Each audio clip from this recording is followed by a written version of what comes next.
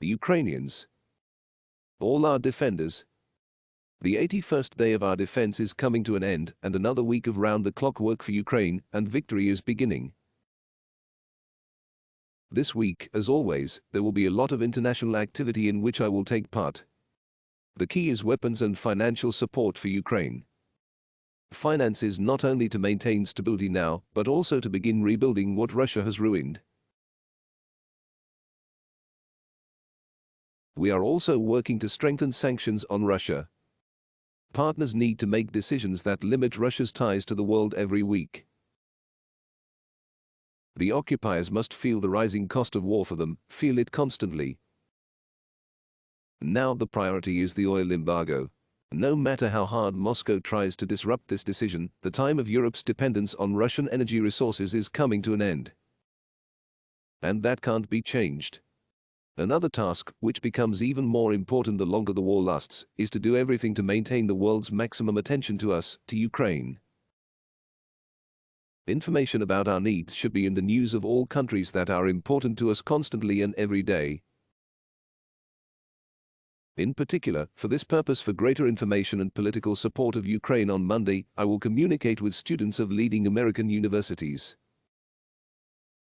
These are 63 US universities and 2 Canadian universities, which unite hundreds of thousands of students and are a large expert and research community. Their voice will definitely strengthen our capabilities. A separate address to Stanford University students is also planned for the end of May. I am also preparing to communicate with Ukrainian students from the leading universities of our country. In my address to them, I will answer some important difficult questions that already exist in our society, which are already visible. And I expect profound questions from them, from our students. I will definitely continue to address the parliaments of Ukraine's European partner states. Our task is the status of a candidate for EU membership for Ukraine, and later, accession to the European Union under the fast-track procedure. Every state matters. Every vote counts. It is equally important to have the maximum consent of European countries in the issue of strengthening sanctions on Russia. That is why I will be addressing the Luxembourg Parliament in the near future. By the way, we are also working to expand the geography of such special speeches in the parliaments of Africa and Asia.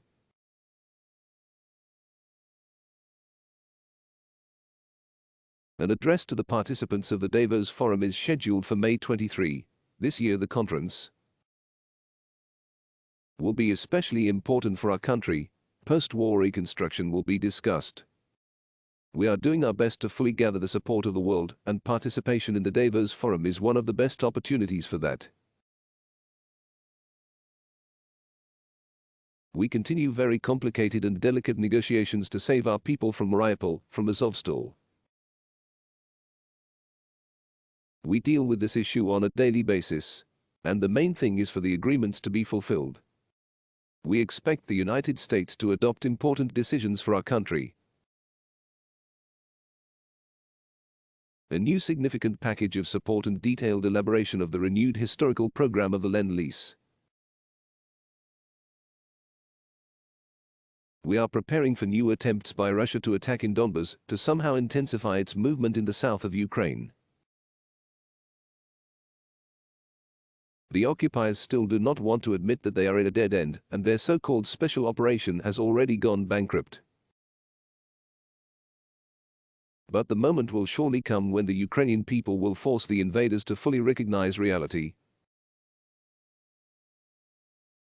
No matter how creative they are in Kherson and Melitopol, no matter how they portray their alleged power in the occupied areas of Prizovia and Donbas, they are there temporarily.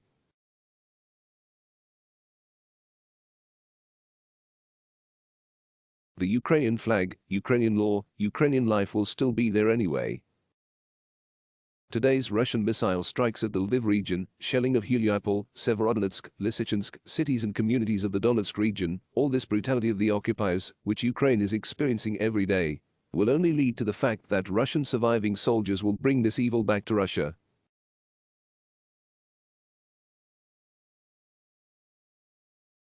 They will bring it back because they will retreat.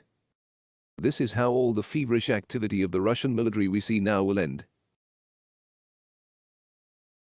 And I am grateful to all the Ukrainians who are bringing this time closer. Eternal glory to all who defend the state. Eternal memory to everyone who gave life for Ukraine. Glory to Ukraine.